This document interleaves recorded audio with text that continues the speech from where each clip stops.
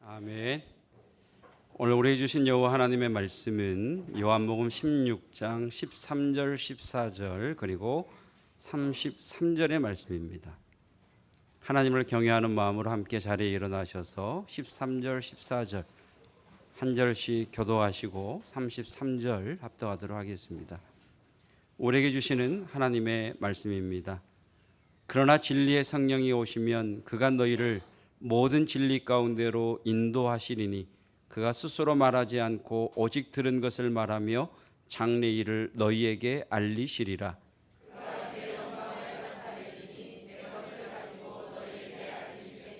33절 합독하겠습니다.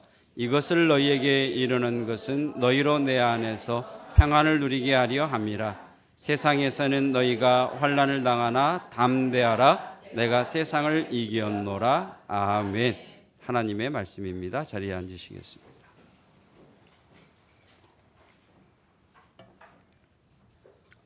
오늘 기도하신 장로님의 기도와 또 찬양한 성가대의 찬양 가사만 여러분이 잘 들으셨어도 오늘 설교를 다 들으신 겁니다. 네. 설교의 내용하고 똑같은 기도였고 또 찬양의 고백입니다. 여러분, 예수님을 믿는다는 것은 구원받았다라는 거죠. 여러분 예수님 믿으십니까? 네, 여러분 구원 받으신 겁니다. 네. PPT 뒤에도 좀 이렇게 좀 지도해 주세요. 네. 여러분 구원 받으셨습니까? 네, 예수님을 믿는다는 겁니다. 그럼 구원받았다라고 하는 것이 무슨 의미이냐? 구원받았다라고 하는 것은 소속이 변화되었다라는 말입니다. 그러니까 죄의 나라에 속해 있던, 죄의 나라에 소속되어 있던 사람이 예수 그리스도로 말미암아 하나님 나라의 백성으로 하나님 나라에 소속한 자가 된 것, 소속의 변화를 구원받았다라고 이야기를 합니다. 구원받았다라는 말은 신분의 변화입니다. 죄의 노예의 신분이었던 사람이 예수님을 통하여서 하나님의 아들, 딸의 신분으로 변화된 것을 구원받았다라고 이야기를 합니다. 구원받았다는 말은 법적인 변화입니다. 하나님의 말씀의 법, 말씀의 법에 의해서 심판받아야 될 죄인이 하나님의 말씀의 법에 의해서 복 있는 자가 된 것, 이것을 구원받았다라고 이야기를 합니다. 구원받음에 있어서 가장 큰 변화는 하나님과 교제할 수 있는 영적인 존재가 되었다는 것입니다. 그래서 오늘 말씀은 이 네 번째, 하나님과 교제할 수 있는 영적인 존재로 거듭났다라는 이 부분의 말씀을 함께 나누도록 하겠습니다. 자, 요한복음 16장의 내용을 요약해 보면 예수님께서 유월절 만찬을 나누시고 난 후에 14장부터 이제 말씀을 하시죠. 그런데 16장에서 예수님께서 이 세상을 떠나실 것이라 말씀을 하시자 제자들의 마음에 근심이 가득하게 됩니다. 6절 말씀, 도리어 내가 이 말을 함으로 너희 마음에 근심이 가득하였도다. 자, 제자들의 마음에 근심이 가득한 것을 보시고 예수님이 제자들을 위로하시는데 두 가지를 위로하시죠. 7절 말씀에서 예수님 당신이 떠나가는 것이 너희에게 유익하다라고 위로하시고, 두 번째는 자, 내가 떠나가는 것이 너희에게 유익한 이유는 예수님 당신이 떠나가셔야 성령이 오시기 때문이다라고 말씀을 하십니다. 7절, 그러나 내가 너희에게 실상을 말하노니 내가 떠나가는 것이 너희에게 유익이라. 내가 떠나가지 아니하면 보혜사가 너희에게로 오시지 아니할 것이죠. 가면 내가 그를 너희에게 보내리니. 자, 그러시면서 결론이 33절입니다. 이것을 너희에게 이르는 것은, 자, 이것이 뭐죠? 주님이 이르신 이것은 무엇이냐면 내가 떠나가는 것이 너희에게 유익인데 그 이유는 내가 떠나가야 성령이 오실 것이다. 그래서 성령이 오셔서 이러이러한 일을 하실 것이다. 이걸 빠뜨렸네요.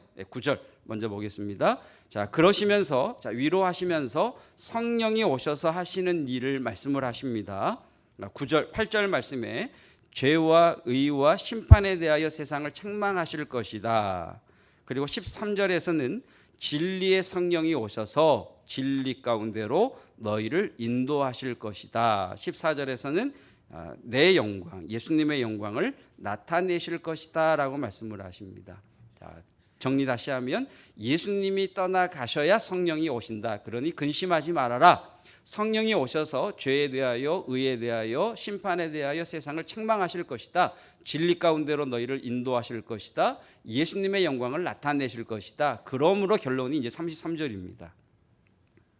자, 이것을 너에게 이르는 것은 너희로 내 안에서 평안을 누리게 하려 함이라. 다 같이 세상에서는 너희가 환난을 당하나 담대하라. 내가 세상을 이기었노라. 자, 세상에서 환난을 당하나 담대하라라고 하시는 이유는 무엇입니까? 예수님이 세상을 이기셨기 때문이다. 그러면 예수님이 세상을 이기셨다는 것과 우리도 세상을 이길 것이라는 것을 어떻게 아느냐? 성령께서 알게 하신다는 것입니다. 그래서 13절로 15절의 말씀이 이제 나오는데 13절로 15절 그러나 진리의 성령이 오시면 그가 너희를 모든 진리 가운데로 인도하시리니 그가 스스로 말하지 않고 오직 들은 것을 말하며 장래일을 너희에게 알리시리라. 그가 내 영광을 나타내리니 내 것을 가지고 너희에게 알리시겠습니다. 무릇 아버지께 있는 것은 다 내 것이라. 그러므로 내가 말하기를 그가 내 것을 가지고 너희에게 알리시리라 하였노라. 자, 14장입니다. 요한복음 14장 16절.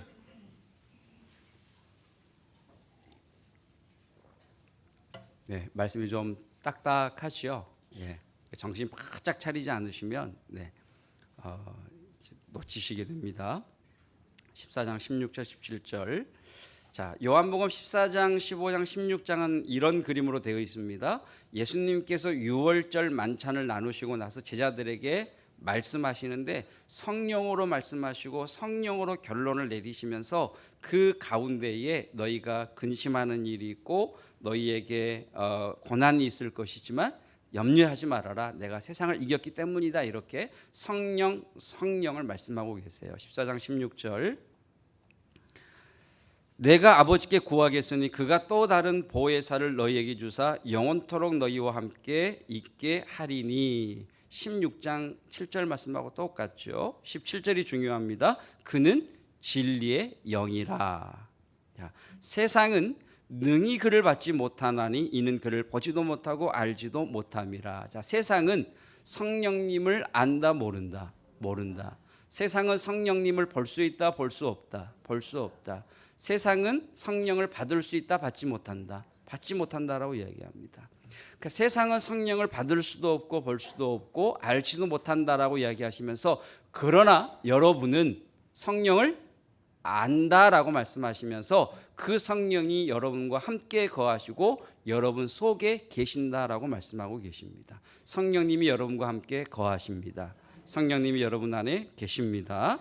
자, 그러시면서 우리와 함께 거하시며 우리 안에 계시는 성령이 무슨 일을 하시느냐. 다시 요한복음 16장으로 오셔서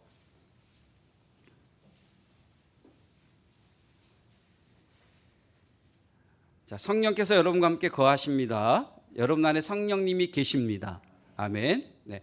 자, 그 성령님께서 뭐 하시느냐? 그 진리의 영이 16장 13절. 네. 그 진리의 영이 진리 가운데로 우리를 인도하신다라고 말씀하십니다. 그리고 인도하시니 그가 스스로 말하지 않고 자, 여러분 안에 계시는 성령님이 말씀하신다는 겁니다. 지금도 성령님이 여러분에게 말씀하고 계십니다. 들리십니까? 네.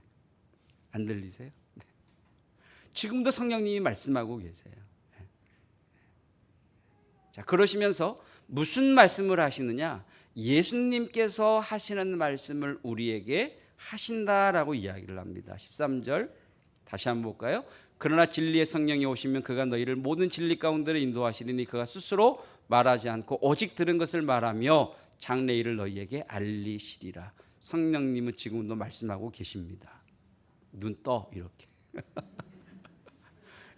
14절. 14절. 그리고 하시는 게 죄송해요. 원고에 없던 말인데 그러시면서 또 하시는 일이 예수님의 영광을 나타내시겠다라고 하십니다. 성령님이 내 안에 오셔서 진리로 인도하시고 말씀하고 계시고 예수님의 영광을 나타내실 것이다. 여러분, 예수님은 여러분을 사랑하십니다. 하나님은 여러분을 사랑하셔서 독생자를 내어주시고 우리를 구원해 주셨습니다.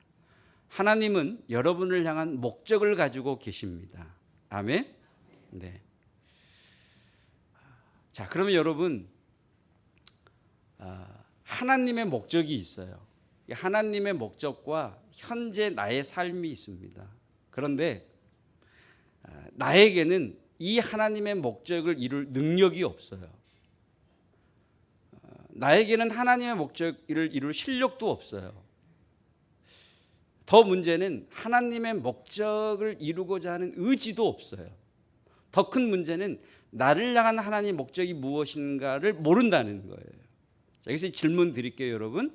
자, 하나님의 목적, 하나님은 나를 사랑하셔서 구원하셨고 구원하신 나를 향한 주님의 목적, 이걸 사명이라고 하는데 나를 향한 목적이 있으시단 말이에요. 그런데 현재 나는 그 목적을 이룰 수 있는 능력도 실력도 없고 의지도 없고 관심도 없어요.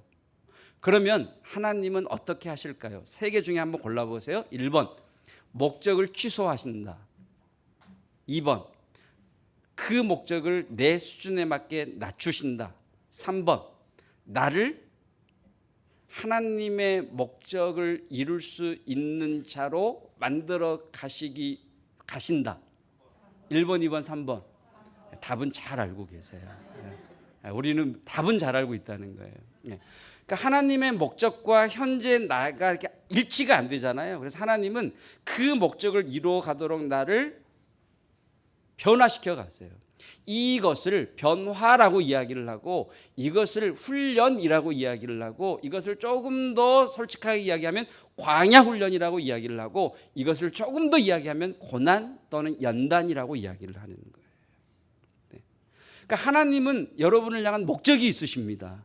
그 목적을 하나님은 반드시 이루실 것입니다. 그래서 내 삶을 다뤄 가시는 거예요. 자, 변화. 현재 나를 하나님의 목적을 이루는 자로 변화시켜 가는 것이 하나님의 일하심인데 이 변화에 대해서 두 가지 중요한 질문이 있어요. 어떤 방법으로 변화를 시키시나? 어떻게 변화시켜 가시지? 변화의 방법. 두 번째, 어떤 부분을 변화시키시나? 변화의 부분. 두 가지 중요한 질문입니다. 어떻게 변화를 시키실까? 어떤 부분에서 변화를 이루어 가시는가? 성경이 말씀하시는 인간 시스템, 참 영어가 참 어려운데 인간 구조라고 하기도 그렇고 인간 시스템이라고 하기도 그렇고 성경이 말씀하시는 인간은 어떤 존재인지 어떻게 나눠져 있는지 데살로니가전서 5장 23절에 이렇게 말씀을 합니다.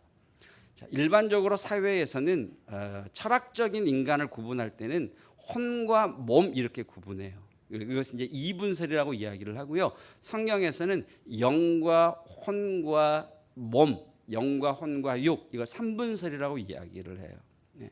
그런데 제가 주중에 마음의 혁신이라고 하는 책을 읽으면서 영과 혼과 몸이라고 하는 이 부분에 대한 성경의 말씀, 그러니까 인간의 시스템, 인간의 구조에 대한 성경의 말씀은 훨씬 이것보다 더 구체적이다라고 하는 것을 제가 책을 통해서 깨닫게 되었어요.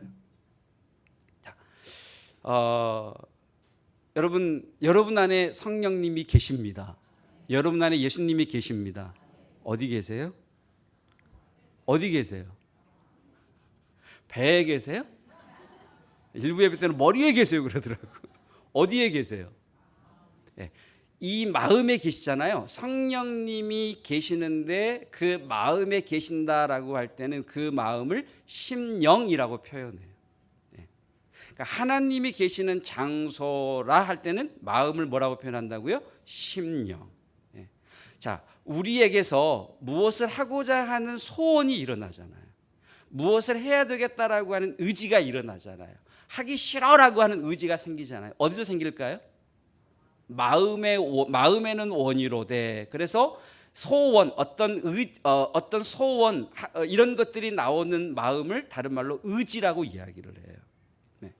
그리고 나 김희수라고 하는 존재의 가장 핵심이 되는 것은 마음이에요. 그럴 때는 마음이라고 이야기를 해요. 그래서 마음, 성경에는 마음에 대한 표현을 성령이 계시는 거하는 곳에서 심령이라고 이야기도 하고, 이 마음에 의지가 일어난다 그래서 의지라고 이야기도 하고, 내 존재의 가장 핵심이 된다 그래서 마음이라고도 이야기해요. 그러니까 마음, 심령, 의지는 다 마음에 대한 표현이에요. 네. 그리고 혼적인 부분은 생각과 감정입니다. 그래서 예수님을 믿지 않는 사람에게도 생각이 있고 감정이 있어요. 자, 컵에 물이 반이 남았어요. 자, 생각하는 거죠. 반이나 남았네? 다르게 생각하는 거죠. 반밖에 안 남았네? 자, 반이나 남았네 그러면 기분이 좋지요. 그래서 마셔요. 네. 자, 그런데 반밖에 안 남았네 이렇게 생각하면 감정이 바뀌는 거예요. 누가 내 물 손대라고 그랬어? 감정이 바뀌는 거예요. 생각과 감정은 같이 따라가요. 이걸 혼이라고 그래요. 혼. 그리고 몸이 있어요. 우리의 몸. 자, 몸이라고 하는 것은 성경은 우리 몸을 아무렇게나 여겨라, 몸을 학대해라 이렇게 말씀하지 않으십니다. 여러분의 몸은 성령님이 거하시는 성령의 전입니다. 그래서 잘 가꾸셔야 돼요. 건강하셔야 돼요. 자, 몸이라고 하는 것은 나를 실제로 존재하게 하는 존재인 거죠. 이게 몸인 거죠. 몸. 자, 그런데 여기까지만 이제 이 말씀만 보면 여기까지가 전체인 것 같아요. 좀 더 나가 보면, 자, 여러분, 나라고 하는 존재는 나 혼자 삽니까? 관계를 맺고 삽니까? 관계를 맺고 살아가요. 다른 사람과의 관계, 대한민국이라고 하는 지리적 관계, 오늘이라는 시간적 관계, 더위라고 하는 환경적 관계, 이런 여러 가지 사회적 상황의 관계를 맺고 살아가요. 그래서 성경은 내 이웃을 내 몸과 같이 사랑하라 이렇게 말씀하세요. 여기까지도 나예요. 여기까지도 나라고 하는 거예요. 그리고 하나님과의 관계가 있어요. 하나님과의 관계. 자, 이렇게 마음, 생각과 감정, 내 몸, 그리고 관계성들이 내 삶을 나아가게 하는 방향이 있어요. 그 나아가게 하는 방향성을 영혼이라고 이야기를 해요. 헷갈리죠? 영과 영혼? 저도 헷갈려요. 묻지 마시고. 영혼이라고 이야기를 해요. 자, 문제는 이거예요. 사람이 범죄함으로 인해서 어떤 변화가 일어나게 되느냐면, 하나님 중심이었던 사람이 나 중심이 돼요. 이것이 범죄한 인간의 변질된 모습이에요. 나 중심. 내 마음이 중요해요. 내 생각, 내 마음, 내 의지가 중요해요. 내 생각이 중요해요. 내 감정, 내 기분, 이게 중요해요. 내 몸이 중요해요. 내 관계가 중요해요.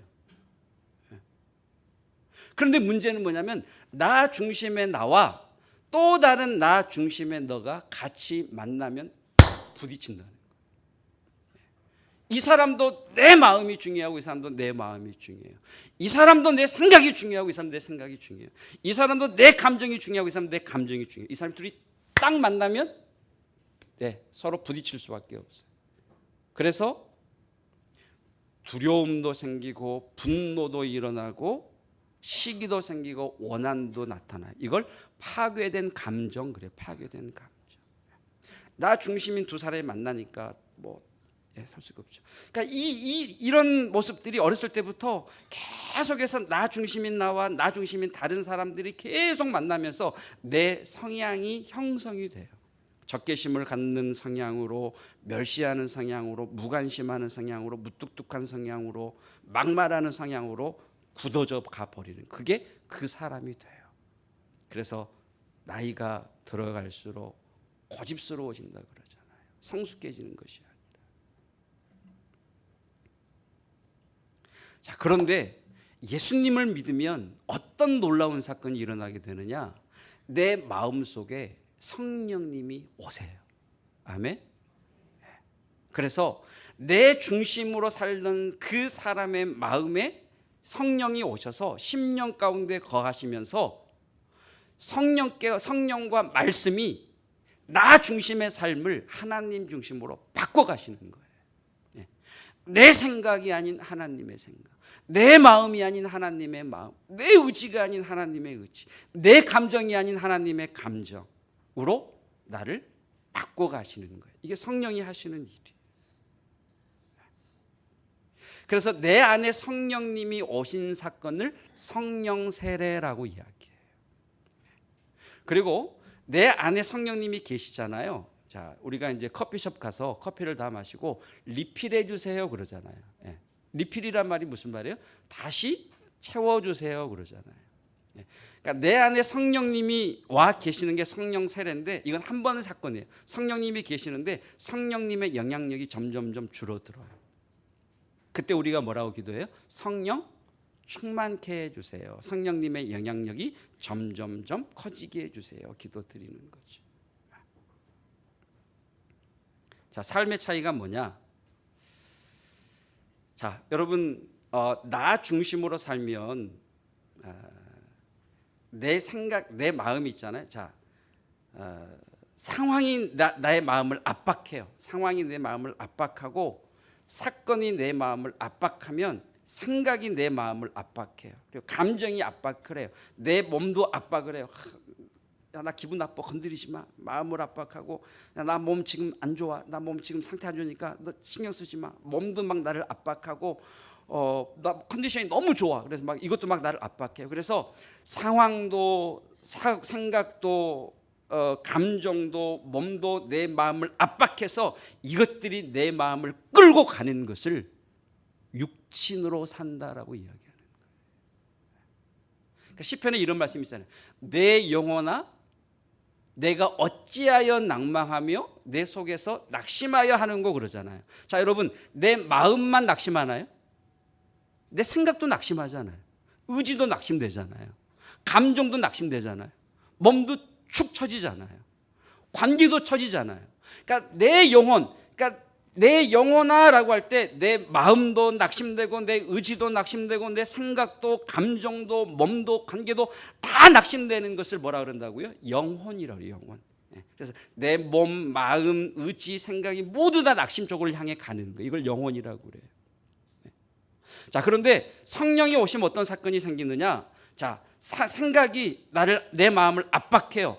감정도 나를 압박해요. 사회적인 문제도 나를 압박해요. 내 몸도 나를 압박해요. 그런데 내 안에 계신 성령께서 내 마음 가운데에 말씀과 영이 역사하셔서 내 마음을 강하게 하시는 거예요. 그래서 이 마음이 도리어 나를 압박하는 감정과 생각과 몸과 이 모든 것들을 끌고 가시는 것, 이게 성령으로 사는 사람입니다.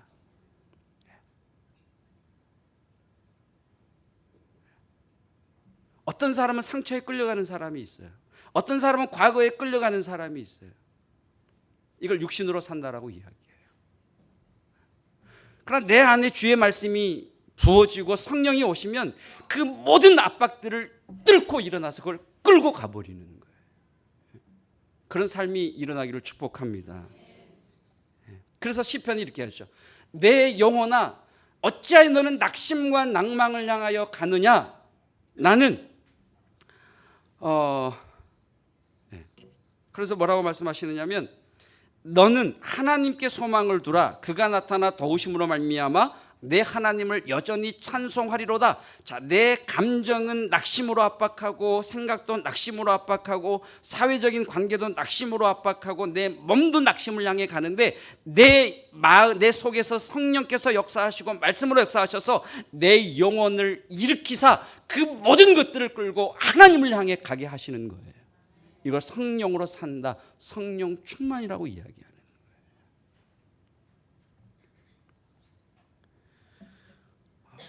몽골 선교 날짜가 확정되었을 때 한 가정에 신방을 갔는데 청년 한 자매가 몽골 단기 선교 씨앗 헌금이라고 이렇게 드렸어요. 36만 원.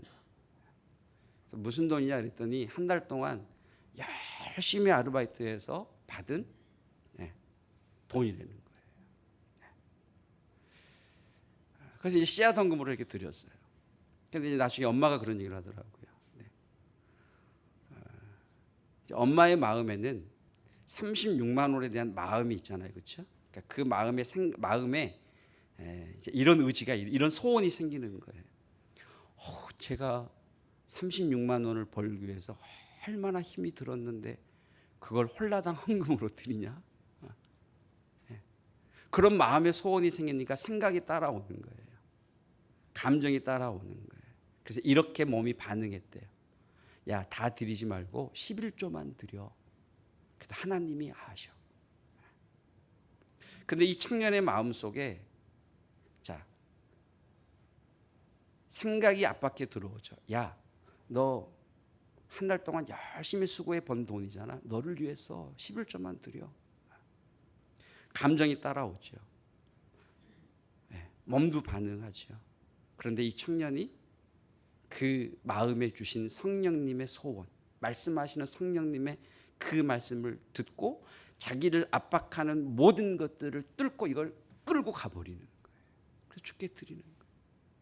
그랬더니 제가 이렇게 단기 선교, 낙도 선교, 몽골 선교 이렇게 재정을 보니까 정말 그만큼 채우시더라고요. 3,600 정도를 채워주신 것 같아요. 그래서 하나님의 하시는 일이 나타나는 거예요. 하나님의 영광을 보리라. 하나님의 일이 나타나시는 거예요. 제가 다른 교회 가서는 쉽게 편하게 이야기할 수 있는데 우리 교회에서 제 이야기를 한다는 게 좀 그렇잖아요, 그렇죠? 같지 않은 식구끼리. 네. 그래도 얘기를 가끔씩 또 해야 되니까. 몽골 선교를 이렇게 준비하면서 주님이 저와 집사람이신 마음이 있었어요. 한 사람을 섬겨라. 그러니까 한 사람이 몽골 가는 재정을 부담해라라고 하는 마음을 주셨어요. 성령님이 내 마음에서 성령님의 마음을 주시고 성령님의 의지, 성령님의 소원을 주신 거죠. 그러면 내 속에서 나 중심인 나는, 내 마음은 이렇게 이야기를 해요. 어떡해요? 생각과 감정은 이렇게 따라오는 거예요. 그 돈이면 우리 한 달 살 수 있는데. 그런데 내게 주신 말씀을 따라, 성령님이 하시는 말씀을 따라 이 모든 압박들을 뚫고 일어나서 끌고 갈 때 드리게 되는 거죠. 재물이 있는 곳에 마음이 있다라고요. 그렇게 섬겼더니 그 사람이 변화되는 모습을 보고 제가 은혜를 받는 거예요. 그곳에 은혜가 부어지는 것을 보면서 제가 은혜를 받는 거예요. 그리고 하나님의 일하심이 보이는 거예요. 그래서 성령이 너를 진리 가운데로 인도하시고 예수님의 영광이 나타나게 될 것이다. 그래서 제가 생각했던, 내가 상상했던 전혀 다른 하나님의 목적이 쑥 이루어져 버리는 거예요. 이것을 성령으로 산다라고 이야기를 합니다. 자, 결론입니다. 전도서 9장 11절 12절 말씀. 자, 내가 다시 해 아래에서 보니 빠른 경주자들이라고 선착하는 것이 아니며 용사들이라고 전쟁에서 승리하는 것이 아니며 지혜자들이라고 음식물을 얻는 것이 아니며 명철자들이라고 재물을 얻는 것도 아니며 지식인들이라고 은총을 입는 것이 아니니 이는 시기와 기회는 그들 모두에게 임함이라. 앞에 다시 한번 보여주실래요? 네. 보세요, 여러분. 우리는 이렇게 생각해요. 세상에서는 빠르니까 내가 일착해야 되고, 내가 더 강한 용사니까 승리해야 되고, 내가 지혜자니까 음식물을 얻는 것이고, 명철한 자니까 내가 재물을 얻어야 되고, 지식인이니까 은총을 입는 게 마땅하지 않냐? 그래도 되던가요? 여러분 열심히 사셨는데 됐으던가요? 최선을 다했는데 선착하시던가요? 남들보다 뛰어난데, 남들보다 탁월한데, 남들보다 더 헌신했는데 선착하시던가요? 아니라는 거예요. 그 시기와 그 기회가 누구에게 있다? 하나님께 있다는 거예요. 하나님의 방법이 있다는 거예요. 그래서 시인은 이렇게 노래해요. 하나님은 하나님 이렇게 말씀하세요. 말이 힘이 세다고 해서 하나님 기뻐하지 아니하시고 사람의 다리가 억세다고 해서 하나님 기뻐하지 아니하신다. 이게 무슨 말이냐면 하나님이 이루시는 이 목적은 말의 힘이 세고 다리의 힘이 억세다고 해서 이룰 수 있는 게 아니라는 말이에요. 하나님이 이루십니다. 그 일을 이루시기 위해서 성령이 여러분 안에 거하시고 여러분 안에서 말씀하시고 진리 가운데로 인도하시고 그 말씀에 순종해 나갈 때 내 감정과 내 생각과 내 상황과 내 몸에 압박에 끌려가는 게 아니라 그걸 끌고 나아갈 때 하나님의 일하심이 여러분 통해 역사하시는 겁니다. 혹시 여러분 최선을 다했는데 선착하지 못하신 분이 계십니까? 말씀대로 열심히 살아왔는데 다 잃어버리신 분이 계십니까? 주님은 이렇게 말씀하십니다. 수고하고 무거운 짐진 자들아 다 내게로 와라. 그리고 이렇게 말씀하시죠. 나는 마음이 온유하고 겸손하니 나의 멍에를 메고 내게 배우라. 주님 앞에 나가서 배우십시오. 주님 왜 이 일을 허락하시는 겁니까? 배우십시오. 가르쳐 달라고 기도하십시오. 제가 어젯밤에 설교 준비하다가 도저히 안 열어주셔서 제가 이렇게 기도했어요. 두 손을 이렇게 안고 주님 멍청한 뇌를 깨워주십시오. 뇌야 주의 말씀을 깨달을지어다. 지혜가 부족하거든. 네, 여러분 기도하세요. 깨워달라고. 그리고 주님의 멍에를 같이 메십시오. 주님이 여러분을 끌고 가실 겁니다. 그때 내 실력도 내 능력도 의지도 지식도 없지만 마침내 주님께서는 주님의 방법으로 여러분을 향한 주의 목적을 이뤄내시고야 마실 겁니다. 우리 찬양 부를 터인데 우리가